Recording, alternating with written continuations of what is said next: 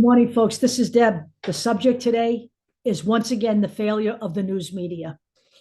So first I want to read to you a description of the role of the news media in a democratic society. First, it ensures that citizens make responsible, informed choices rather than acting out of ignorance and misinformation. Second, information serves a checking function by ensuring that elected representatives uphold their oaths of office and carry out the wishes of those who elected them. So let's talk about that, because the news media does none of that. No longer does any of that in America. Okay? We are a far cry from the Washington Post that exposed Richard Nixon for what he was. We don't do that anymore. The Washington Post doesn't do it. The New York Times doesn't do it.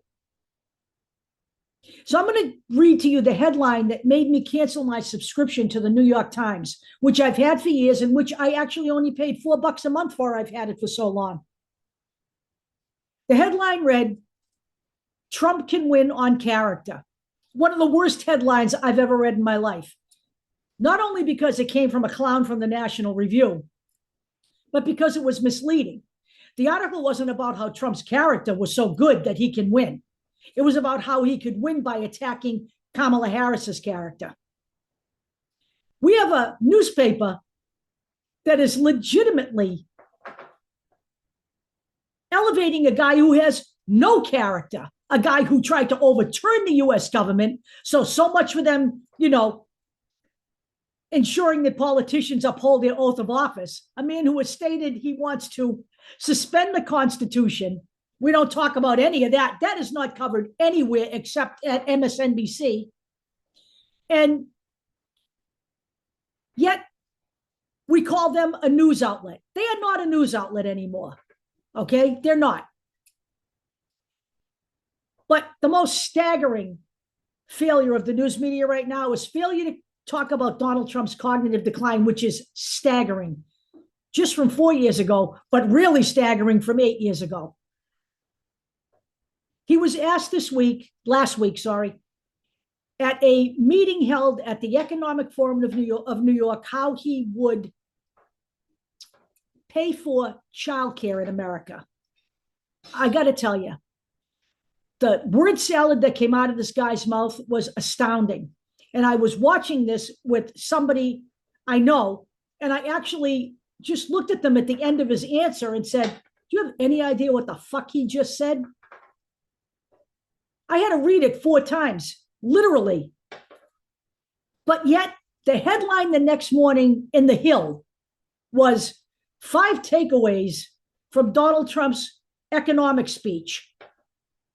None of those takeaways had anything to do with the word salad that came out of his mouth. Failure of the news media to cover Donald Trump's cognitive decline is a disservice to the public trust. The Washington Post doesn't cover it. The New York Times doesn't cover it, but the New York Times managed to be instrumental in driving Joe Biden from the ticket based on focusing on his cognitive decline, a man who is still actually running the nation. But they don't do that with Donald Trump. They absolutely do not do that. The closest the Times came was a guest article that suggested Donald Trump was unfit for office. Well, no shit, Sherlock. Why don't you tell me something I don't know?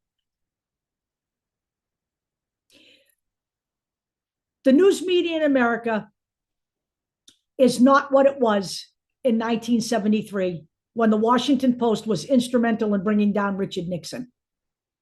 They are a shadow of their former selves under Jeff Bezos. Back in 73, the Washington Post was owned by the Graham family. And, it's no surprise that rich people own newspapers. It's an expensive business to be in. But the Graham family actually cared about what they published. They knew the danger that Richard Nixon posed, and they were committed to bringing him down. But they also required of Woodward and Bernstein that for everything they publish, they have 2 corroborating sources. so that no one could question their integrity. Let's talk about Bob Woodward today, who made tapes of Donald Trump's interviews that he conducted while he was still a contributor to the Washington Post. And yet he withheld all of that information so he could publish it in his own book. That's disgusting in my book. That's all I'm saying. You know what? All of this news media stuff started going down the tubes back in 1996 when they passed the Telecommunications Act of 1996, which deregulated the news industry, which was pushed, by the way, by conservatives and the Republicans. So now, with relaxed ownership rules and removing restriction on media ownership, we have our media being bought up by right-wing conservatives. We have a CEO of CNN who now wants to make their network like Fox. I don't even watch them anymore. So let me suggest something to you. The news media is no longer serving American democracy, and it's clear. Donald Trump should not even be on the ticket. Donald Trump tried to overthrow the government. Donald Trump has lied to the American people continually for the past 10 years.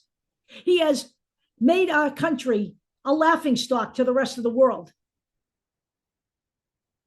And yet the news media continues to elevate him like he's some kind of legitimate candidate. He's not a legitimate candidate. You know, I didn't like John McCain's policies, but the notion that Donald Trump is like a candidate like John McCain is absolutely absurd. And yet the news media continues to present him to the public as though he is. Not discussing Donald Trump's cognitive decline and making that a centerpiece of why he does not belong on the Republican ticket, and not calling for him to be removed from the Republican ticket is a disservice to the public trust.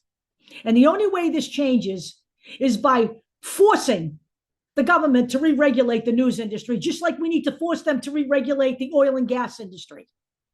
There is no difference here. And that groundswell needs to come from the American people, particularly in the internet age when there is more misinformation out there than there is truth. So I'm suggesting to you that you start thinking about putting pressure on people once we get rid of this scumbag and have a rational person at the helm in this nation.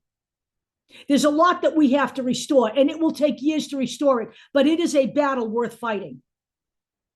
Tomorrow, I'm going to talk to you a little bit more about the news media, but in a different light. So you guys have a great Sunday, and I will talk to you all later.